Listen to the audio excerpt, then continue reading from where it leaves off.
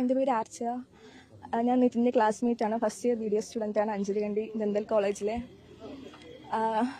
പറഞ്ഞ കാര്യങ്ങളൊക്കെ സത്യമാണ്. റാം സാറിനെ പറ്റിയുള്ള കാര്യങ്ങളൊക്കെ സത്യമാണ്. അവൻ്റെ പേപ്പർ എല്ലാവരും മുമ്പിൽ വെച്ച് ഓരോ കുട്ടികളായിട്ട് കൊടുത്ത് വായിപ്പിച്ച് അവനെ നല്ല രീതിക്ക് ഹറാസ് ചെയ്തിട്ടുണ്ടായിരുന്നു. അവനെ മാത്രമല്ല, ക്ലാസ്സിനെ ഫുൾ ബോഡി ഷെയിം ചെയ്യാറുണ്ട്. എന്നെ ഫാറ്റി ഗേൾ എന്ന് വിളിക്കാറുണ്ട്. നിറം കുറവാണെങ്കിൽ കറുത്തിട്ടാണ് പറയാറുണ്ട്. നിറം കൂടിയ കുട്ടിയാണെങ്കിൽ യു ലുക്ക് ലൈക്ക് സിൻഡ്രല്ല എന്നും പറയാറുണ്ട്. നമ്മളെയൊക്കെ അപ്പോൾ അങ്ങ് അടിച്ച് താത്ത സംസാരിക്കുന്നത്. ഇപ്പം ഈ ഇൻസിഡൻറ്റ് കഴിഞ്ഞതിന് ശേഷം സീനിയേഴ്സ് നമ്മളോട് പറയുന്നുണ്ട് അവർ ഇങ്ങനെ ഒരു ട്രോമ കടന്നിട്ട് വന്നേ, അവരും സൂയിസൈഡ് അറ്റം വരെ എത്തിയിട്ടുണ്ട്.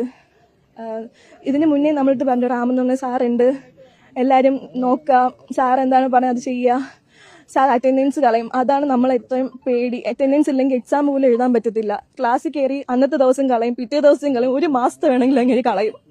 അത് പേടിച്ചിട്ടാണ് ക്ലാസ്സിൽ പോകണേ. ക്ലാസ്സിൽ പോകുമ്പോൾ തന്നെ പറയും നിങ്ങളൊന്നും പഠിപ്പിക്കത്തൊന്നുമില്ല, മതപരമായ കാര്യങ്ങളും ബോഡി ഷേമിങ്ങും മാത്രം. 1 മണിക്കൂർ ക്ലാസ് എനിക്ക് 55 മിനിറ്റും അത് മാത്രമേ പറയത്തുള്ളൂ. 5 മിനിറ്റ് മാത്രം ക്ലാസ് എടുത്തിട്ട് പോകും. ക്ലാസ് എടുത്തിട്ട് പോയി ഒന്നും പഠിപ്പിക്കാറില്ല. അങ്ങനെ പിറ്റേ ദിവസം വരുമ്പോൾ ടെക്സ്റ്റ് വായിച്ചാൽ ചോദിക്കും, പഠിപ്പിച്ചാലേ ടെക്സ്റ്റ് വായിക്കാൻ പറ്റത്തുള്ളൂ.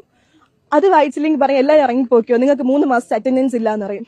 അറ്റൻഡൻസ് ഇല്ലെങ്കിൽ എക്സാം പോലും എഴുതാൻ പറ്റത്തില്ല. എന്ത് പറഞ്ഞാലും ഒന്ന് പറഞ്ഞ രണ്ടിന് അറ്റൻഡൻസാണ് കളയുന്നത്. അവനെ നന്നായിട്ട് ഹറാസ് ചെയ്യുന്ന അവൻ ടാർഗറ്റ് ആയിരുന്നു സാറിന്റെ. ക്ലാസ്സിൽ വെച്ച് അവനോട് മീറ്റിങ്ങിന് എന്താ വരാത്തത് ചോദിച്ചു പാരൻസ്. അപ്പോൾ പറഞ്ഞു അമ്മയ്ക്ക് വയ്യ, സർജറി കഴിഞ്ഞിട്ടേ ഉള്ളൂ പറഞ്ഞു. അപ്പോൾ പറഞ്ഞു ഇനി അമ്മയ്ക്ക് കാലിന് കുഴപ്പമൊന്നുമില്ലല്ലോ, വരാൻ പറ്റത്തില്ലേ ചോദിച്ചു. അങ്ങനെ അവനോട് എന്തോ പറഞ്ഞു, എന്നാൽ നിന്റെ ഓർഗനും കൂടെ നീ കളഞ്ഞോ എന്നുള്ള രീതിയിലൊക്കെ അവനോട് സംസാരിച്ചിട്ടുണ്ടായിരുന്നു. എന്നിട്ട് ക്ലാസ്സിലിരിക്കുന്ന കുട്ടിയെ വേറെ കുട്ടി കൊണ്ട് അടിപ്പിക്കുക, അടിച്ച് ശരിയായില്ലെങ്കിൽ ചോദിക്കും നീ എന്താ ട്രാൻസ്ജെൻഡർ ആണോ, ഗേ ആണോ എന്നൊക്കെ ചോദിക്കണം. നമുക്കൊന്നും മിണ്ടാൻ പറ്റത്തില്ല അവിടെ. ഞങ്ങൾക്കിപ്പോൾ കംപ്ലൈൻറ്റ് ചെയ്തിട്ടില്ല എന്ന് തന്നെ പറയാം. പേടിച്ചിട്ടാണ് കംപ്ലൈൻറ്റ് ചെയ്യാത്തത്. ചെയ്യുമ്പോൾ പിന്നെ സാർ അറിഞ്ഞിട്ട് എന്താ ഇനി പറയാൻ പോകുന്നത്, ഇനി നമ്മൾ എന്താ ചെയ്യാൻ പോകുന്നത്, നമ്മൾ എക്സാം തോപ്പിക്കും, 5.5 വർഷത്തെ കോഴ്സ് 10 വർഷം 12 വർഷം ഇരിക്കേണ്ടി വരും. ആ ഒരു ടെൻഷൻ കാരണം ആരും ഒന്നും ചെയ്യാറില്ല. സാറിന് സസ്പെൻഷൻ എന്തോ കഴിഞ്ഞ വർഷം എന്തോ കിട്ടിയിട്ടുണ്ടായെന്ന് പറഞ്ഞു. സാറ് ക്ലാസ്സിലും പറയാറുണ്ട് എനിക്ക് സസ്പെൻഷൻ കിട്ടിയാലും ഒന്നുമില്ല, അതിനെക്കാട്ടി ഞാൻ ഊർജ്ജത്തോടെ ഞാൻ ക്ലാസ്സിൽ വരും, നിങ്ങൾ കംപ്ലൈൻറ്റ് ചെയ്തോ, എന്താണെന്ന് വെച്ച് കംപ്ലൈൻറ്റ് ചെയ്തോ, എനിക്ക് കുഴപ്പമില്ല. ക്ലാസ്സിൽ പബ്ലിക്കായിട്ട് പറഞ്ഞിട്ടുണ്ട് ഞാൻ ഒരാളെ കൊന്നിട്ടുണ്ട്, എല്ലാം സത്യ. എന്തോന്നാ പെങ്ങളെ ഇതൊക്കെ? ഇപ്പോഴാണോ ഇതൊക്കെ പറയാൻ തോന്നിയത്? ആ പൊന്നുമോൻ മരിച്ചതിന് ശേഷമാണോ ഇതൊക്കെ പറയാൻ നിങ്ങളുടെ നാവ് പൊന്തിയത്? ചോദിക്കുമ്പോൾ പറയും ഞങ്ങൾക്ക് പറയാൻ പേടിയായിരുന്നു എന്ന്. ഇപ്പോൾ ആ പേടിയില്ലേ? ഇപ്പോൾ ആ പേടി എവിടെ പോയി?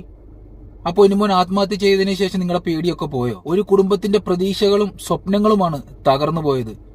ആ കോളേജിൽ നടക്കുന്ന ഇതുപോലുള്ള യാഥാർത്ഥ്യ സത്യങ്ങൾ കുറച്ച് നാൾ മുമ്പ് നിങ്ങൾ ആരെയും ഭയക്കാതെ വിളിച്ചു പറഞ്ഞിരുന്നുവെങ്കിൽ ഒരുപക്ഷെ ആ പൊന്നുമോൻ ഇന്നും ജീവനോടെ കാണുമായിരുന്നു.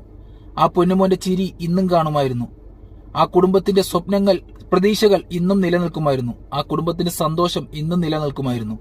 ഏതായാലും വളരെ കഷ്ടം തന്നെ പെങ്ങളെ. എല്ലാ വിദ്യാർത്ഥികളോടും എനിക്ക് പറയാനുള്ളത്, പറയേണ്ട കാര്യങ്ങൾ പറയേണ്ട സമയത്ത് ആരെയും ഭയക്കാതെ കൃത്യമായിട്ട് പൊതുസമൂഹത്തിന്റെ മുന്നിൽ എത്തിച്ചു കൊടുക്കണം. ഇല്ലെങ്കിൽ ഇതുപോലുള്ള വലിയ വലിയ ദുരന്തങ്ങൾ നമ്മുടെ കേരളം കാണേണ്ടി വരും.